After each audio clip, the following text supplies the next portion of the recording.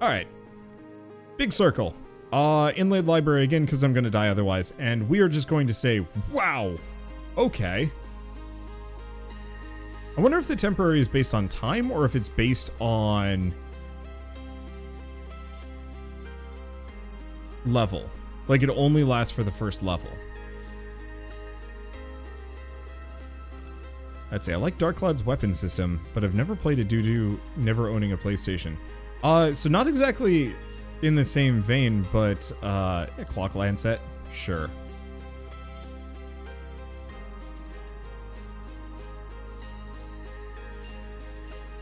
We might skip out on the pigeons. Oh yeah, let's skip out on the pigeons. Let's get the axes. No pigeons this time. We're gonna go axes, Bible, clock lancet, lightning, and pentagram. But yeah, so if you want to play Dark Cloud, seeing as we're kind of talking about that between here, you can actually get it as part of PS Now, which is the PlayStation streaming service, which lets you stream like a variety of different games, but it actually lets you stream it to like your PC, which I've never messed with and is something that is kind of high on my list of things to probably try at some point because it could be neat. Otherwise, with Dark Cloud, there's just emulation, and I'm having done some emulation back in college. I can safely say that like it's in a good state if you want to play like PS2 games. And I don't want to say that there's like no inherent guilt to specifically emulating like a PS2 game, because I know Level 5 as a company still exists, and some part of me wishes that enough people would buy. Let's grab Candelabrador. Just get that. Part of me wishes that enough people would buy like Dark Cloud all of a sudden, or Dark Cloud and Rogue Galaxy and whatnot, just in high volumes. So Level 5 looks at it and it's like, huh, maybe we should make another one of those. Same thing with like Ni no Kuni 1 and a couple of others. Like, I realize I'm never going to be able to affect that level of a change, but I would love to be able to kind of say like, hey, this is good. PlayStation controls look very alien to you. I mean, it's the same as Xbox controls. You just got to get used to the button prompts being different. Even PS3 is coming closer to perfectly usable emulators. Yeah, I'm really excited about that. Ow. This build. Okay, 20% chance not to erase items. We really, really need the clover.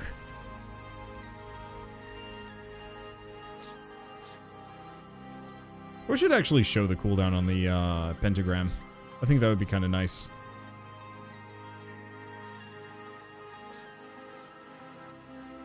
Ow. I guess I didn't need to get that close to them. Ooh. This build has got the potential for something good, but its early game is rough. This is why the garlic is kind of useful.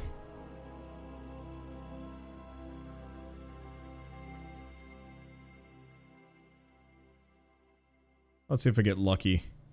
Hopefully the pentagram does not delete the boss loot, but it probably will. Grab Spanish. Spanish.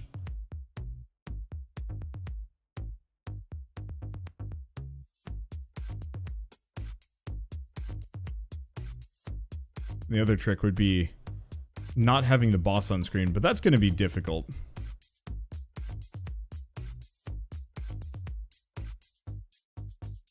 Okay. I've got to level up. I want the Santa water.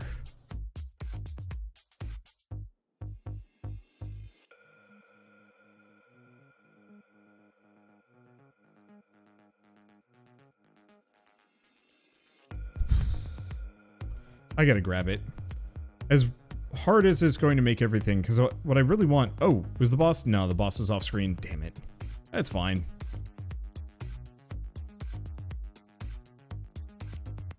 I'll probably be okay, or I'm going to die horribly. Unfortunately, this kind of build, you definitely shoot yourself in the foot pretty hard.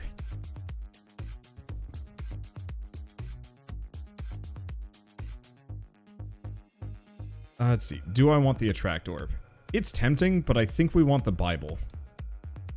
What we want is the clover more than anything else. It builds as a little passive. Yeah, it's got the potential for something pretty great. I mean, we're already doing a decent amount of damage.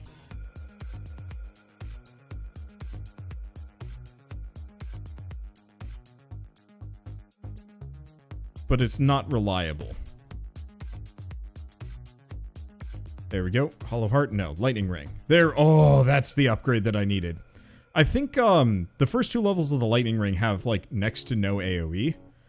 But once you get up to that 3rd level, that's when it becomes viable. Oh, please. Nope.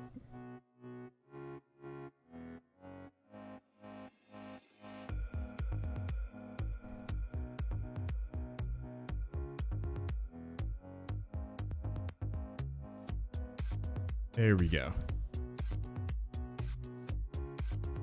This is a 20% chance. Oh, it's not a 20% chance per entity. It's probably a 20% chance per activation. Can death be pentagrammed? I don't know that one, actually.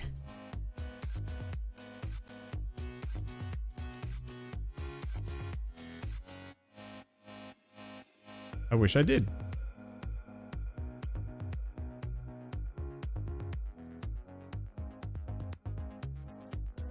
Okay.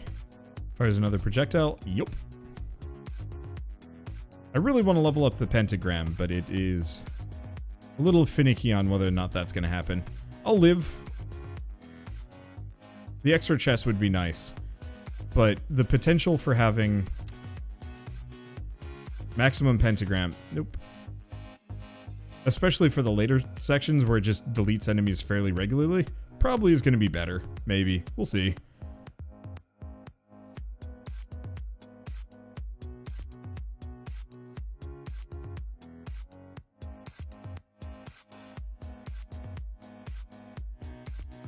There we go. Alas, no dice. Let's see, do I want the bracer? Kind of. It's helpful, it's just not big.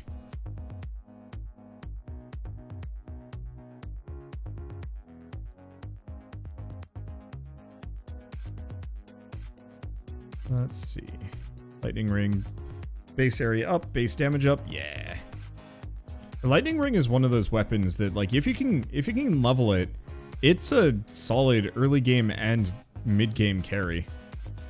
Drops off probably a little bit by the end, but I remember it doing about as much damage as, like, the Santa water. I know the bracer makes the bibbles move faster, which is good, but that's the only thing it does as far as this build goes. And there's probably other things that I could get instead that might be better. But I'm not fully sold on that one.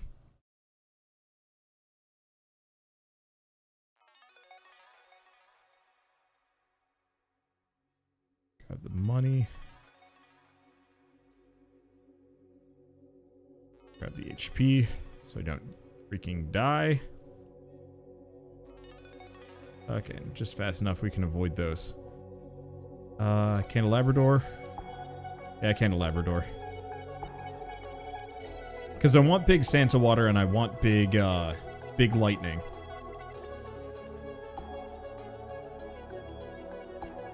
Because those big lightning shots should be able to just kind of wipe things off the map, give or take.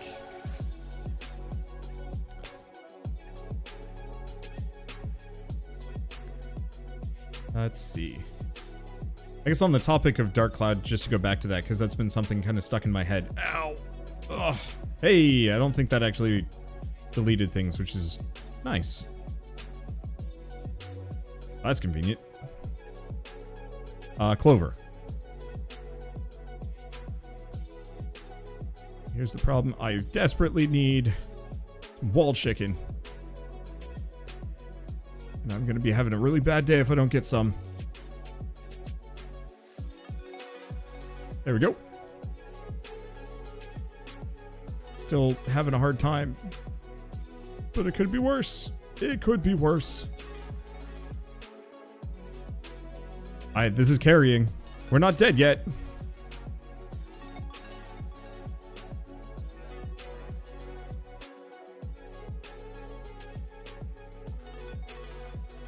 Okay.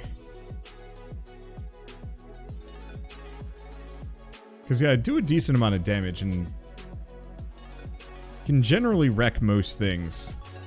At least most, like, enemy groups. The mid-bosses are a little suspect.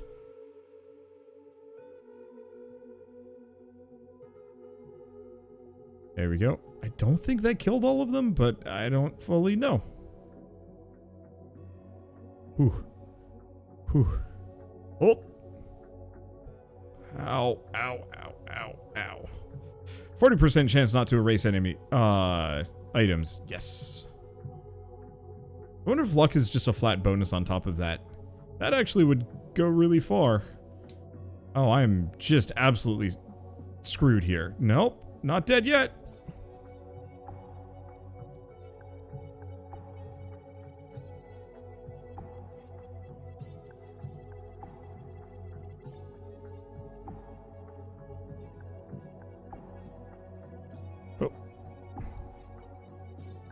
Oh.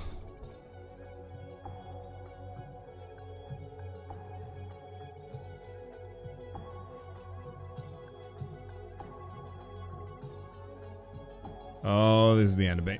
Ah. Yeah. I don't know. Perfect circle. I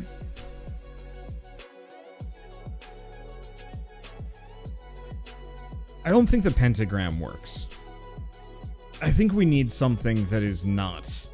Or we do actually need the garlic.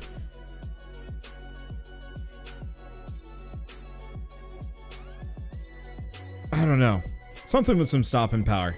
Alright. I think with that, do we give up on the perfect circle? Maybe. Do we just do like a random projectile build? Let's just go random. Whatever happens, happens. Let's go to the forest. I don't think the perfect circle will survive, but it's fine. Yeah, the garlic build actually seems like it was better. It's because the garlic build is... like, the problem with the garlic is... it is everything that you need early on, and it's complete dog shit later. I think the other thing is, AoE is bad. Like, oh. I mean, option A is we could just go for a Mortatio perfect circle build plus bones for reasons.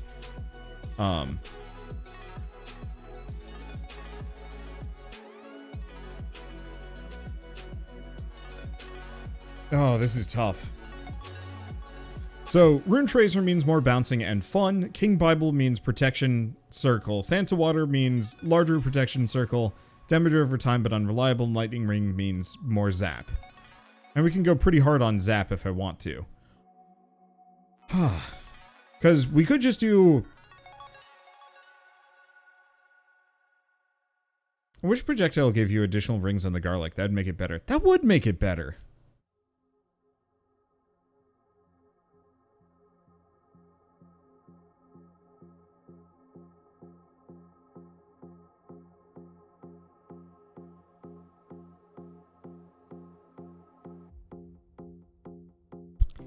I'm stuck on this one. Because it feels like Rune Tracer is always just kind of the fun thing to combo with a bone, but I feel like I do it too much. Which is the toughie.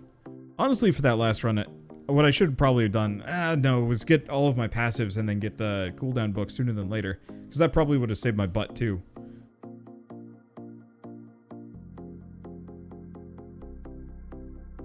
Make a Santa Water Hail? Sure. Let's go bizarrely hard on Lightning Ring and Santa Water and then figure our stuff out. The only immediate problem is I, once again, don't have a whole lot of immediate direction or defense, but maybe that's fine. Hail build. Okay. I wonder what else I could jam on for a hail build.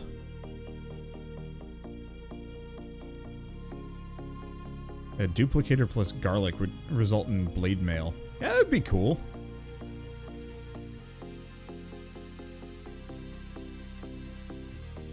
The only immediate problem with this is I almost feel like I need the bracer. Well, if I want to do hail, we could get the cross. Let's get the cross.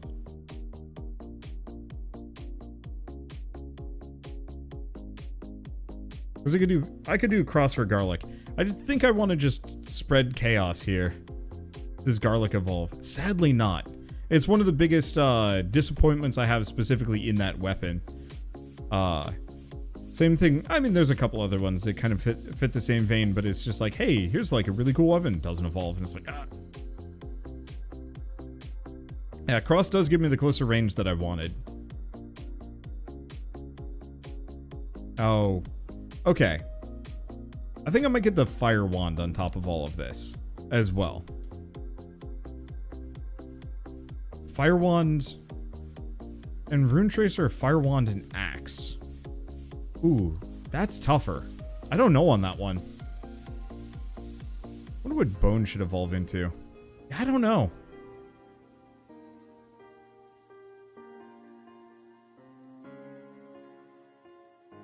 I mean, what passives have not been comboed with things?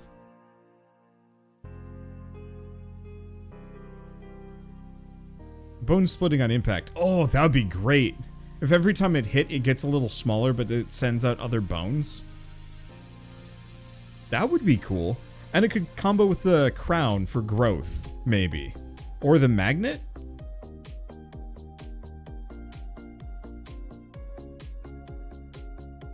I think there's a couple of different things. But yeah, bones and crown for crown skulls. Maybe. I was thinking bones and crown for growth in terms of, like, exponential growth.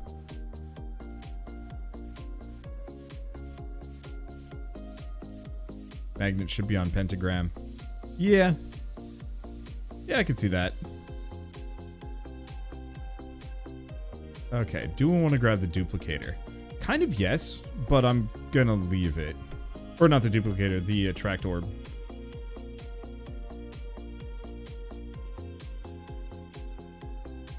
Namely because I need to get the good damage here. If we see the duplicator, I'm picking it. Because it works really well for this build.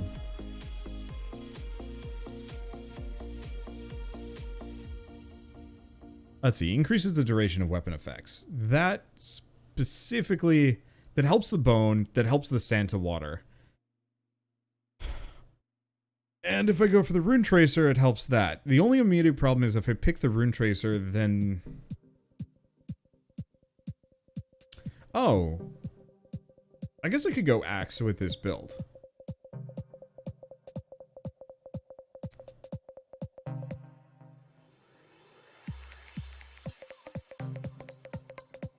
Do we go axe or Bible? Because if I go axes, then we're going to want the candelabrador, which actually we do want. If I go for the spellbinder, we're also going to want the book. I'm going to say no to the spellbinder. I know it kind of helps, but ultimately, I'm going to say I'm a little tired of going with the Bible. Like, we've just been picking a little bit too much. This game needs a smidge of variety. And I think it boils down to, I can play this for like 2 hours every couple of days and have a blast. But then it starts feeling a little repetitive again, and then I have to like back off for a moment. Yeah, let's go for the attract orb. This is just too many things that are going to be left on the ground. Have you found the stone mask? Absolutely. I've hunted this game. The only thing left for me to do is just weird combos. Do I want spinach? Maybe? I mean, it's good damage. Let me think. So we want the duplicator, and we want the empty tome. And we want the candelabrador. So, empty tome, duplicator, candelabrador. That's 3, giving me 2 more spots for kind of whatever I want. Projectile speed wouldn't be terrible. Yeah, let's go spinach just for the extra damage.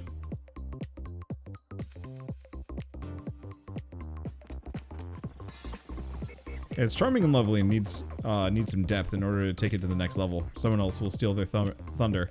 Maybe, but for a $3 game, it's kind of one of those that if somebody else takes the crown for this game, doesn't matter. Because it's so dang cheap that...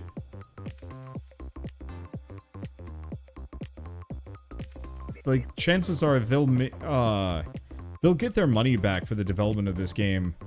I probably already have, maybe. But they'll probably recoup whatever losses fairly fast and then kind of get out. And if this game remains kind of forever not as deep as it could have been, I'm just gonna hope that somebody else takes the crown. Oh, $3? I'll check it out. Yeah, this game is dirt cheap comparatively. I've noticed a degree of games coming out recently that have been that cheap. You know, kind of this idea of we're gonna make a small cheap game and it's great.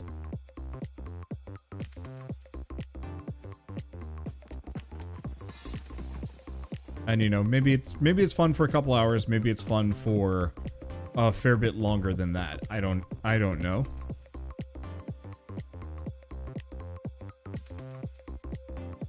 There we go. I'm just gonna... You can't stop me, stupid plants. But I love the idea of it purely from the perspective of like kind of popcorn games, because the games industry right now is very full. And honestly getting fuller, because part of it is like anybody can make a game. There's almost no barrier for entry. So if you wanna get into game development, you could have a game done within, you know, a couple of months, or faster if you really want to make something cheap and quick, or longer if you want to make something great. But the point is that like one person can make a game entirely on their own, and that game might actually end up being playable for dozens of hours even. I mean, Stardew Valley took, you know, 5-6 years for the guy to make, but it was a one-man project for the most part, save for like a little bit here and there.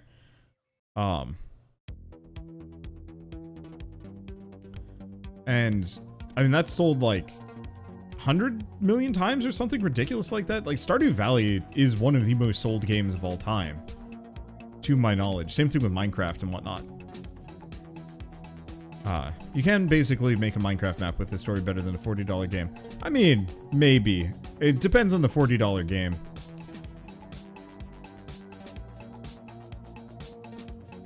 But the point is that the barrier of entry is so low and the volume is so high that most people straight up don't have enough time to buy.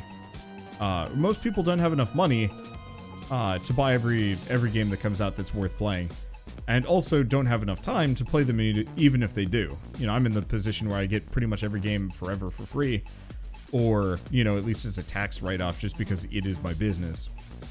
And like, I can barely get to the end of games that I want to get to the end of. And so the idea of games that are really easy to pick up and put down, that are core gameplay focused, playable in fairly short order, and you know, if you want to bail on them because you got something else to play, like, easy peasy. This hurts. We want to grab the empty tome.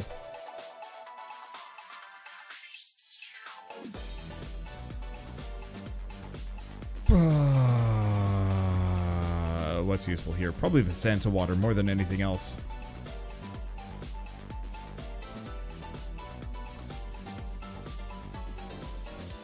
Okay. But so for like a game like this, there's almost no guilt for picking it up, no guilt for quitting it, and like you're guaranteed to get your money's worth and your time's worth out of it, which is often not true of many other games. What's a good example? I mean, Pokemon Arceus Legends comes out at the end of the month, and like I'm looking forward to it, but I know I'm gonna have difficulty finishing it just because something else is also gonna come out, probably Horizon Zero Dawn. And chances are what I'll do is probably just like no life it for a couple of days and just stream non-stop Pokemon just like everybody else until I'm done.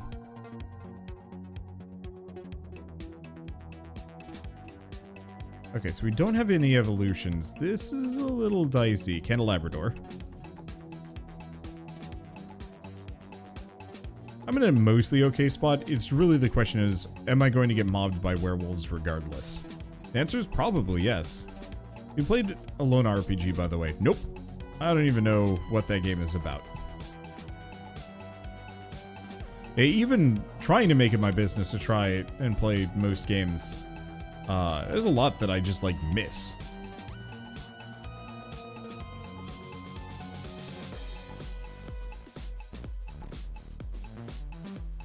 Grab that.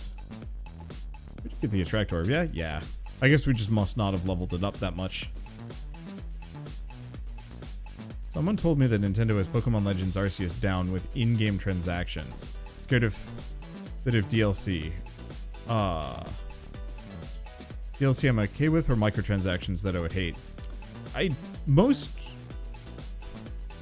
My assumption is it's probably going to be microtransactions in terms of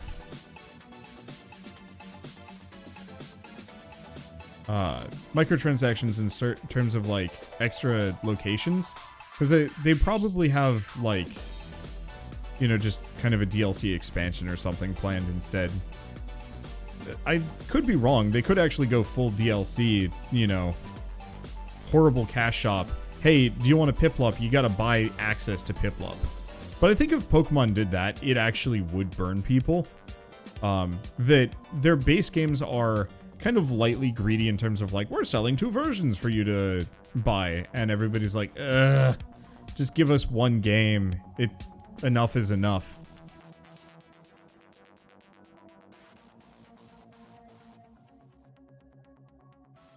Let's see. But that, yeah, if they suddenly said, like, hey, we're selling, if you want to be able to catch Pokemon from, like, Pokemon Sapphire, I'd be like, okay. And then they're like, if you want to, sorry, my point is getting lost. It's like, if you want to catch Pokemon from Pokemon Sapphire, that's going to be $20. And I'd be like, I don't know about that. Do we want to grab the Rune Tracer? Yeah, actually. Let's grab the Rune Tracer. Oh, shoot. And I do need the Clover, don't I? If I want to evolve the Cross. Like, I'd almost understand if they're like, hey, you have to have, like, you know, Pokemon Diamond and Pearl. Can I do that? Does that... Okay, that's fortuitous. You know, if you had to have Pokemon Diamond and Pearl to unlock, like, that Pokedex, and it's like, oh, you have the save file for this one. Alright, let's unlock that Pokedex for you. Like, I could almost work with that level of, like, bald-faced greed. But even then, there'd be a level of just like, yeah, but really? And I know, like, game developers have to pay bills, but there's a certain level of, like, wealth extraction that I think I would take umbrage with, purely from the perspective of, like, indie games are not that greedy, and I know that when I buy an indie game, it's going into the funding of, like, more of the indie game, or at least putting food on the developer's table. Whereas, like, gosh, with Ubisoft or EA or whatever, I know that the money is very clearly, like, the majority of it is going to, I mean, yeah, businesses and operations, but the person getting paid the most is, like, a big exec, and it's less, like, great. Nah, let's get bone damage. We got enough bones bouncing around.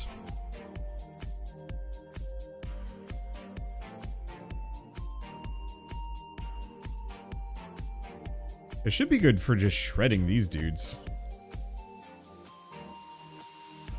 Watching a year in video games in review on New Year's and went for like 10 hours. They just said the name of every game that came out as a list. Talked about the ones they like, so many games. Yeah, I was trying to think of doing like my top games of 2021 as well.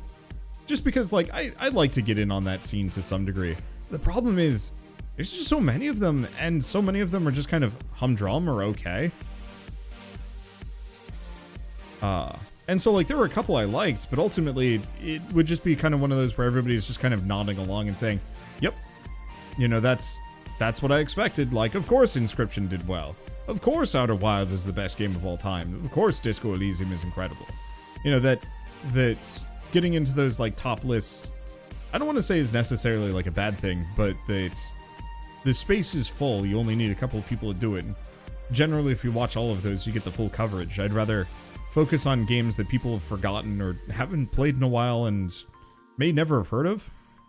Like, I've been trying to compile lists of, like, hey, what were some, like, really good niche SNES games? Because I don't want to say I was too young for the SNES, but my exposure to the SNES was, I didn't know it was a platform until I went to a daycare thing in the Mall of America, and they had a SNES there, and I was like, what is this platform? Lightning Ring or Santa Water? Santa Water.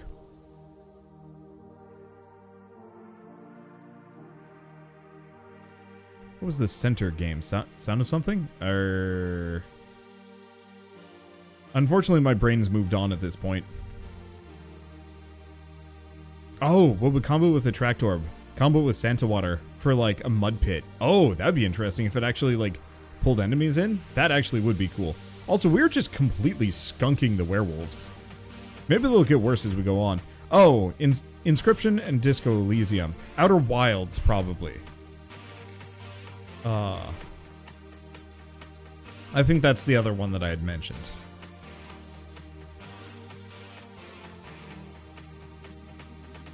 Outer Wilds is, by and far, probably one of my favorite games of all time. I'd really have to sit down and do that.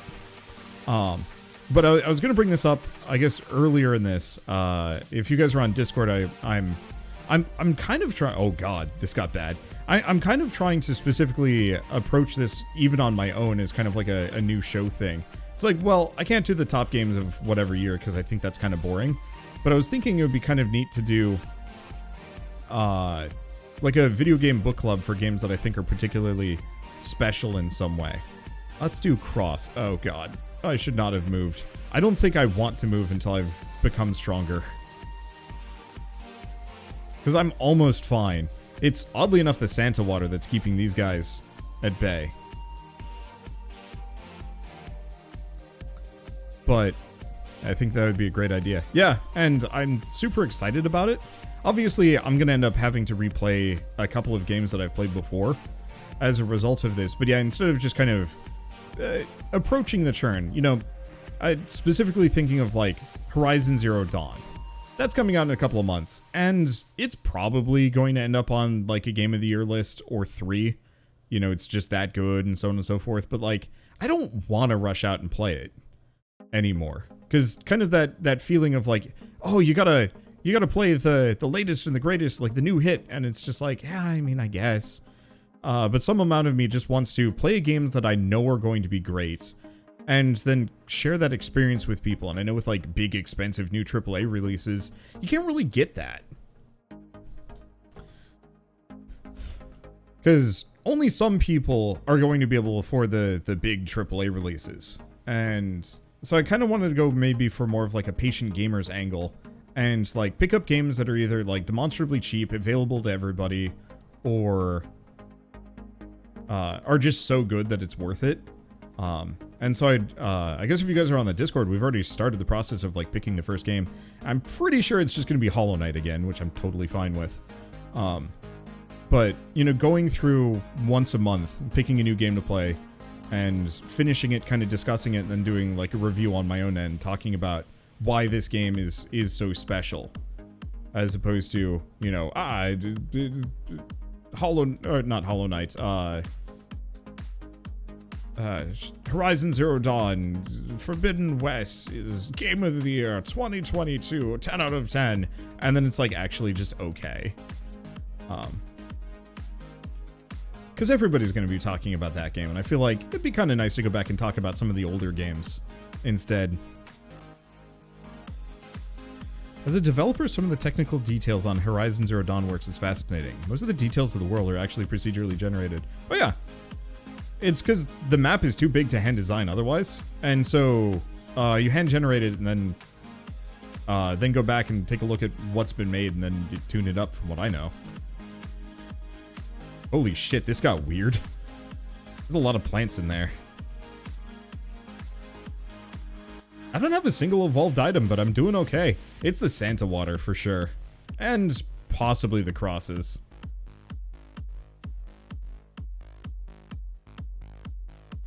But as far as kind of a career thing goes, for the longest time, yeah, my entire channel was focused on the latest and greatest. I think it always will be.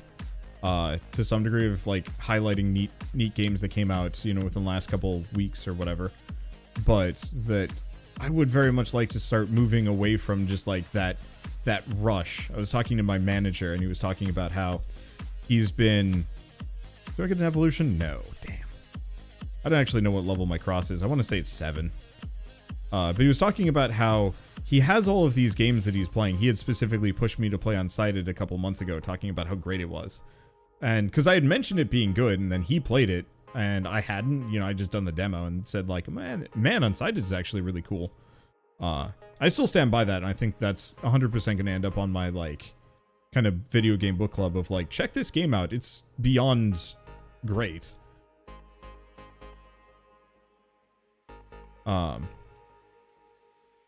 But so, he had pushed me to play it, and then neither of us finished it because we had other things pop up to play instead. And admittedly, some of my problem with this stems from the fact that I play way too many roguelikes. And I love them to death, but they definitely, boy, if I played less roguelikes, I'd get more done on as far as like just completing games. But I don't know if that's really my thing. I'm just here to have fun. But I think it would be kind of neat instead of trying to chase like the big new releases, is going back and highlighting some of the better ones. There's no such thing as too many roguelikes. There's a little bit. Roguelike deck builders, I feel like, are the one genre that there might be too many of them. Mainly just because I've been playing tons of them, and many of them are kind of identical to each other in a bad way. So there's one that I keep kind of trying to do like a first impressions video on, but at this point we're well past that period. But I wanted to do like a, you know, a one-off on it, being like, hey, check out this game, it's kind of neat. It's like Slay the Spire. And then I stop and I realize, no, it is just like Slay the Spire, but not good. And I feel bad for being in that position of like wanting to, wow, once you get out of the werewolf storm, this gets easy. What was I going to say? You know, there's a number of these roguelike deck builders that come out that are just too close to Slay the Spire or too close to all the other roguelike deck builders, and they're not as exciting, and it's just like, eh. But I want to roguelikes that really try and do something different. This, yeah, actually does something different. I think one of the biggest things for me on this one is it gets rid of the level design. You're just here until you're dead or you win. Which, I mean, I guess you win by dying. And so it really strips out that whole level design aspect of most roguelikes and just gives you that constant fight feel, while also giving you a bunch of interesting perks and power-ups to combo together in interesting ways. And that actually turns out to be really interesting and compelling, which is part of the reason why I think it's so good. You know, it doesn't actually do anything particularly special, but the combination combined with the fact that this specific subgenre of like wave survival games just doesn't exist for the most part. Like, there's a couple games in this vein, but they're few and far between. I wish there were more, honestly.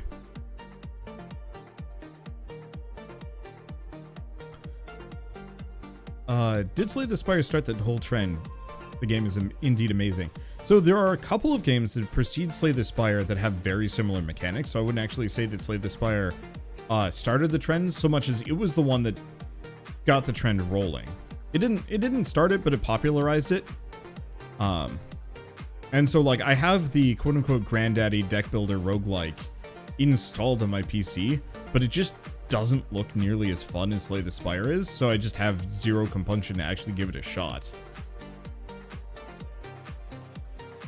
Dude, Wander, do you remember Dawn of War 2 Last Stand? Nope. I actually pretty much don't play a whole lot of Warhammer games. I love the idea of Warhammer, but the fan base tends to get maybe a little too exuberant for me. I know this is going to ruffle some feathers, but the energy for Warhammer is about the same energy as people that liked Homestuck or Undertale. And so I can definitely appreciate a lot of the things like as part of the medium, the story of the grimdark subgenre, question mark. But every time I like try and get into it, I'm just like bombarded with too much, and I like have to back off, and then it takes a while. That, and also Games Workshop sucks. They're not strictly terrible across the board, but they're not great either. And also, yeah, most Warhammer games are trash. I've had some good experiences with Warhammer games. Like, I really liked Mechanicus. I thought that game was incredible, and I know Total War Warhammer 1 and 2 are great. Just enjoy the heresy memes. Oh, absolutely. There's things that the community for Warhammer has created that are incomparable.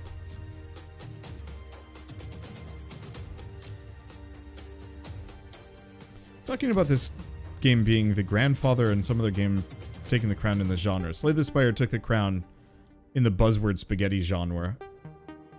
Buzzword spaghetti genre, I guess? It definitely took the crown for, like, deck builder roguelikes. And so, like, for this one, I'm seriously hoping that, that somebody else takes a look at this and says, like, yeah, I could refine this and make it better. Easiest example would also be, like, Monster Train. I don't know how many of you guys have played Monster Train or seen that game in detail, but Monster Train very much took a look at Slay the Spire and then said, hey, what if we made kind of our own thing that is also very good? And in my opinion, like, Monster Train is on par with Slay the Spire, and I don't think that would be much of a hot take. And that's what I'm looking for when I see people, like, cloning ideas. Because when it's like a one-for-one clone, like, post-Binding of Isaac, there were a lot of Binding of Isaac style clones, and most of them sucked. Most of them just were not very good. But there were, like, a couple that kind of had the right idea. But then there were a couple that looked at Binding of Isaac and said, like, hey, let's actually turn this into something better. I don't want to say Gungeon is kind of that. Well, no, Gungeon is that, but for Nuclear Throne, where they're just different enough that, like, you can play both of them and not be cranky. Did we max out my cross? We did. Yes. Wasn't a rule not to trust in the pigeon? Yeah, which is why I don't have the pigeon. Do I have... Oh, boy. It's sword time. There we go. Monster Train was fun. It felt unique enough. Up there with One Step from Eden. My issue with One Step from Eden is that I am absolutely atrocious at that game and I cannot win. I did, like, I want to say 30-something runs, most of them off camera, just to be good enough at the game to beat it, and I couldn't. I could not get even close. I am absolute dog shit at Mega Man Battle Network style games, which sucks because they're fun.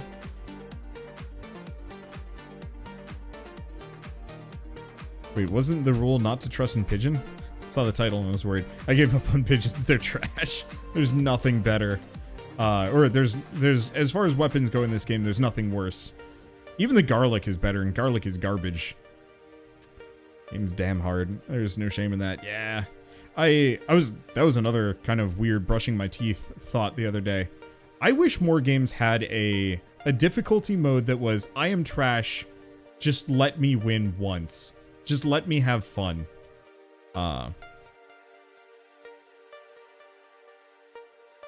Like that one definitely qualifies. Honestly, Gungeon was there. That I was just good enough at the game to beat the dragon, but anything past the dragon and even certain bosses were just beyond my capabilities. Let's see, One Step for Eden tuned the difficulty down since launch, plus added some easier difficulties. Yeah, I'll have to give it another shot and see how it goes, because I remember it being amazing, but also, like, just impossible for me. There's a cheat mode kind of in Eden. Yeah, almost all of my experience with One Step from Eden was the, like, beta before the game came out, and then the actual release candidate version on Steam Early Access. So I haven't been keeping up with it. I'd like to, but too many games, too little time. I'm not super casual. I need a lazy. I'm not good at this mode. Yeah. Specifically, I was trying to play Bloodborne recently, because I remember really enjoying Bloodborne when it came out, but I didn't get very far on it because I was trying to do it multiplayer. And seeing as Sony seems to be putting at least some of their games on PC, I was like, well, maybe Bloodborne will come out on PC at some point, or at least, you know, Elden Ring. And so I loaded up Bloodborne to just try and play for a while, and I am freaking terrible at that game. I can't even beat like the most basic werewolf mobs. It took me 3 hours to even get the ability to level up.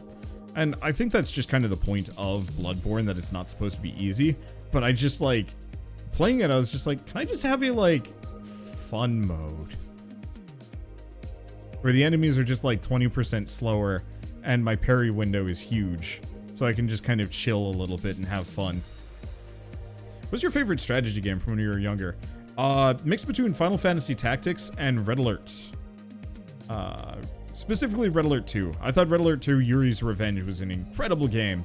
And also kind of weird, but I loved it. Bloodborne is a bad Souls-like to begin with. I don't know. I think Bloodborne's biggest strength lies in its level design and its setting. I found Dark Souls level design to be very boring and gray. Bloodborne has an ambiance to it that I don't think any of the other From Software games have matched. Dark Souls 3 kind of gets there a little bit, but it doesn't have that same kind of like draw you in, wow, this is weird, like feel, if that makes sense.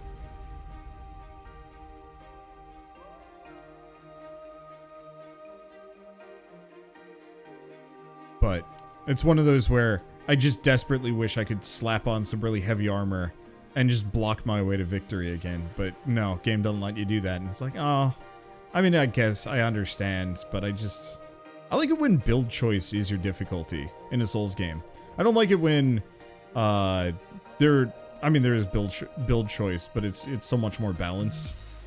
The Dark Souls 1, I think, had the best difficulty curve ever. Even up until like even into the DLC, where it's just like, yeah, this shit is hard, but if you want to have an easier experience, just become a walking pile of armor and just not give a shit anymore. And that was really satisfying. And you could do that in Dark Souls 2 as well. But like by 3, no. You couldn't really just go full sword and board.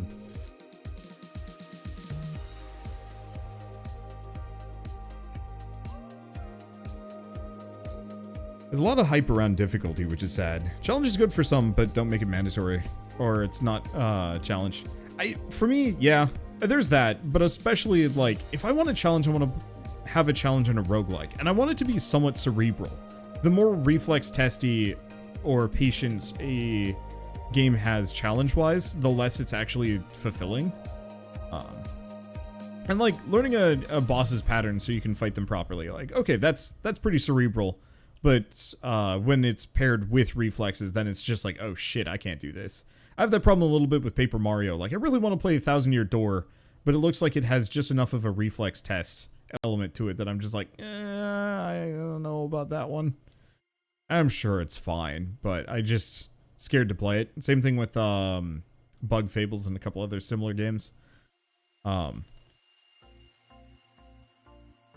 The only games that I really feel like going full challenge mode is kind of okay on is roguelikes. You know, I was talking about One Step from Eden and how I can't beat it. And admittedly, it looks like the developers made it a lot easier now, according to the comments we just got. But,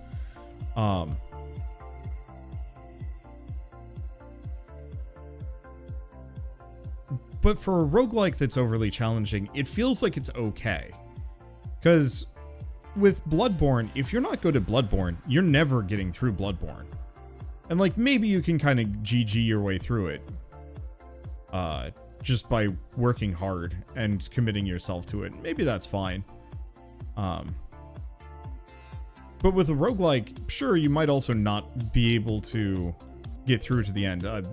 Binding of Isaac, the latest couple expansions have just made the game tremendously harder, in my opinion. In a way that I don't really enjoy anymore. You know, after the Hush, I just kind of lost interest in the game. And I don't really feel like I'm missing out because I've gotten to experience the vast majority of Binding of Isaac at this point. You know, sure, I'm not going to be able to fight whatever that weird goopy horror boss at the end of the one level, and I'm never going to be able to see all of the endings without watching, watching a compilation on YouTube or something. But I don't feel like I've missed out by my inability to beat the game. Whereas with Bloodborne, I do feel like I'm missing out. I think that's part of my problem, is that, like, I don't like that feeling of being excluded. just as a person in general, I hate the idea of being excluded from something. And there's a number of experiences that I just know I'm never going to be able to have due to the inherent difficulty of like whatever the game is, or the time constraints of putting time in. You know, what's a good example? Shin Megami Tensei 5 came out recently. I got 2 fights in, and admittedly, like, the intro for that game took forever. But I got 2 fights in that game, and got killed and got sent back 15 minutes because I hadn't saved right before the second fight. And I was a little frustrated with that, because I was just like, wow, this just doesn't seem like it's going to be fun for me. I know they had an easier difficulty, but if they didn't, I'd be sitting there being like, well, this game's just kind of bad. Getting over it with Bennett Foddy. But the thing is, with getting over it with Bennett Foddy, the difficulty on it is punishingly difficult and unapproachably so. But what are you missing out on? About 45 minutes worth of unique content, and then 10 hours worth of frustration. And so from my perspective, it's not as frustrating with Bennett Foddy, or, oh, what was that game? I mean, GTFO, if I remember right, that one's supposed to be really hard. Or a lot of competitive shooters, because the difficulty, the inherent difficulty of those is somewhat based on, like, you know, just skill scaling between players. But it doesn't matter because I'm not missing out on an enduring experience in terms of, like, what is available. Hey, I did make it to level 100, just barely. Nice. Alt F4, yeah, that's another one. And, like, I remember watching my buddy Penta play Alt F4 and thinking, oh man, this looks like kind of a fun game. But I didn't really bother with it because it's just not my cup of tea. But I don't feel like I'm missing out because the experience is short and contained and satisfying. Wow, Rune Tracer actually, like, really good. Bone, bad. So, yeah, looking at this, the Bone, I mean, did solid damage for a starting weapon, but starting with a Rune Tracer would just outright be better. The Lightning Ring actually didn't carry very far, comparatively. But that damage on the Rune Tracer is actually pretty impressive. And yeah, the Heaven Sword really does so much. The Heaven Sword is wild. It might actually be the best evolved weapon in the game. And, I mean, the Cross, compared to a lot of the other T1 items, was not as good.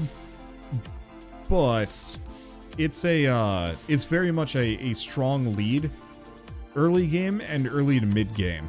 It drops off pretty hard, but then once you get back, once you get it back up to the Heaven Sword level, then it becomes amazing again.